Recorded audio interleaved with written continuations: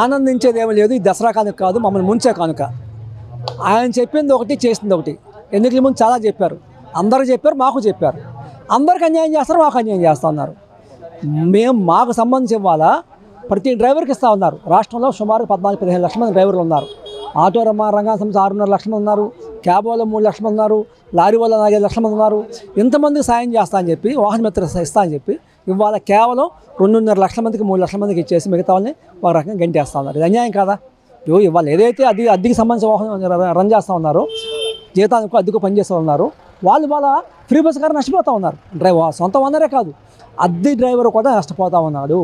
మరి వాళ్ళని ఎవరు ఆదుకోవాలి? నీ ఫ్రీ బస్ కారణంగా నష్టపోయేది వాళ్ళు నష్టపోతూ ఉన్నారు. వాళ్ళని ఆదుకోవాల్సిన బస్ నీకుంది, కానీ అంతకుముందు హామీ ఇచ్చావు. నీ హామీ అమలు చేయవు, ఆదుకో. ఇది ఈ రకంగా దసరా కానుక పేరుతో మోసం చేస్తే సరైనది కాదు. మీ హామీని అమలు చేయాలి. మిగతా ప్రజలకు ఏ రకంగా అయితే మోసం చేస్తాం, మాకు ఆ రకం మోసం చేయొద్దు.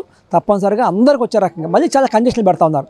దీంట్లో కూడా మళ్ళీ కండిషన్లు 300 కరెంట్ కలితే అవుతుంది. నిన్న అధికారం రాకముందు ఎన్ని నువ్వు విమర్శించావు, ఈ కొర్రీలు ఉండకూడదు, కండిషన్లు ఏ కండిషన్ లేకుండా అమలు చేస్తా అని చెప్పావు. మరి అన్ని కండిషన్లు చంద్రబాబు జగన్ మించిన కండిషన్లు పెడతా ఉన్నాం. ఇది సరైనది కాదు. నీకైనా జగన్ నయమైన రకం అనిపిస్తూ ఉంది. ఆయన మాకు అన్యాయం చేశాడు, అంతకుమించి అన్యాయం చేస్తూ ఉన్నాం. ఏ ప్రభుత్వం వస్తే మాకు అన్యాయం చేస్తూ ఉంది. ఇది సరైనది కాదు. మీ హామీలు అమలు చేయమని కొడతాను. రేపు విజయవాడలో 18 తారీఖున ఉదయం 10 గంటలకి విజయవాడ రైల్వే స్టేషన్ నుంచి ఈ సందర్భంగా అన్ని సంఘాల ఆధ్వర్యంలో భారీ ప్రదర్శన నిర్వహిస్తూ ఉన్నాం. దసరా కనుక మీకు అలా ఆనందం వస్తారండి? దేనికి ఆనందం? ఈ చేతి ఇస్తున్నాడు, ఆ చేతితో తీసుకుంటున్నాడు. వేలకు వేలు 21 జీవో పెట్టి వేలకు వేలు కేసులు రాస్తున్నాడు. అది ఎంతవరకు న్యాయం అండి? ఎంతవరకు పద్ధతి? 15,000 రూపాయలు ఇస్తున్నాడు. 15,000 రూపాయలు దేనికండి? నెలకు వచ్చి 120,000 రూపాయలు పడింది. సంవత్సరానికి వచ్చి 15,000 12 రూపాయలు పడింది. రోజుకి వచ్చి 41 రూపాయలు చిల్లర పడింది. దేనికండి? మేము తోలుకోలేమా? ఆ ఉచిత బస్సులు తీసేయండి, లేదా ఉంచండి. మమ్మల్ని కూడా కలపండి.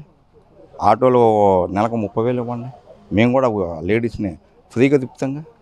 అలాగే ఫ్రీగా ఆటోలు ఫ్రీగా తిప్పుతాం. లేడీస్కి వ్యతిరేకం కాదు, మేము ఉచిత బస్సులకి వ్యతిరేకం కాదు. మేము కూడా మా ఆటోలు కూడా మీ గవర్నమెంట్ వాల్చుకోండి, మేము ఫ్రీగా తిప్పుతాం. మేము కూడా ఫ్రీగా సేవ చేస్తాం ఆడవాళ్ళకి. పవన్ కళ్యాణ్ గారు చెప్పారు. ఏం చెప్పారండి? వాళ్ళ నానేంటి కమ్యూనిస్టు, ఎర్రజెండా పట్టుకున్నాడు. ఇదిగోండి ఈ ఎర్రకండవా పట్టుకుని ఏం చేసేదండి? మెల్ల వేసుకున్నాడు. నేను కార్మికుడిని అన్నాడు. కార్మికుడు అంటే ఇప్పుడు మరి కార్మికుడి వైపు మాట్లాడాలిగా, నిలబడాలిగా, కార్మికుడేగా. మరి నువ్వు కార్మికుడి వైపు మాట్లాడకుండా ఎర్రకండవా వేసుకొని పిడికిలు బిగిస్తే ఎక్కడ ముందుకు రావాలిగా? ఎక్కడ వస్తున్నావు నువ్వు? మీ నాన్న ఆశయాలని తీర్చాలిగా. ఎక్కడ తీర్చున్నావు? మీ నాన్న ఆశయాలు తీర్చట్లేదు కదా.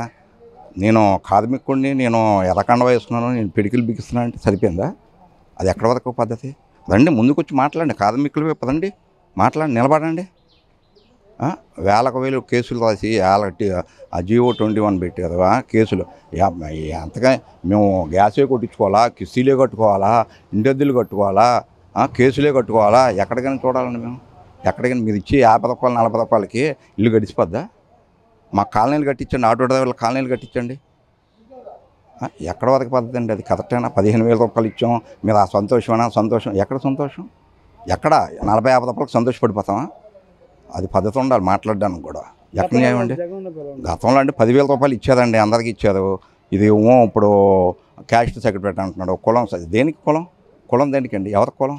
నువ్వు ఏసీల్లో పడుకోవాలి, మేము దోమల్లో కుట్టించుకోవాలా? ఎక్కడ వరకు పద్ధతి అది?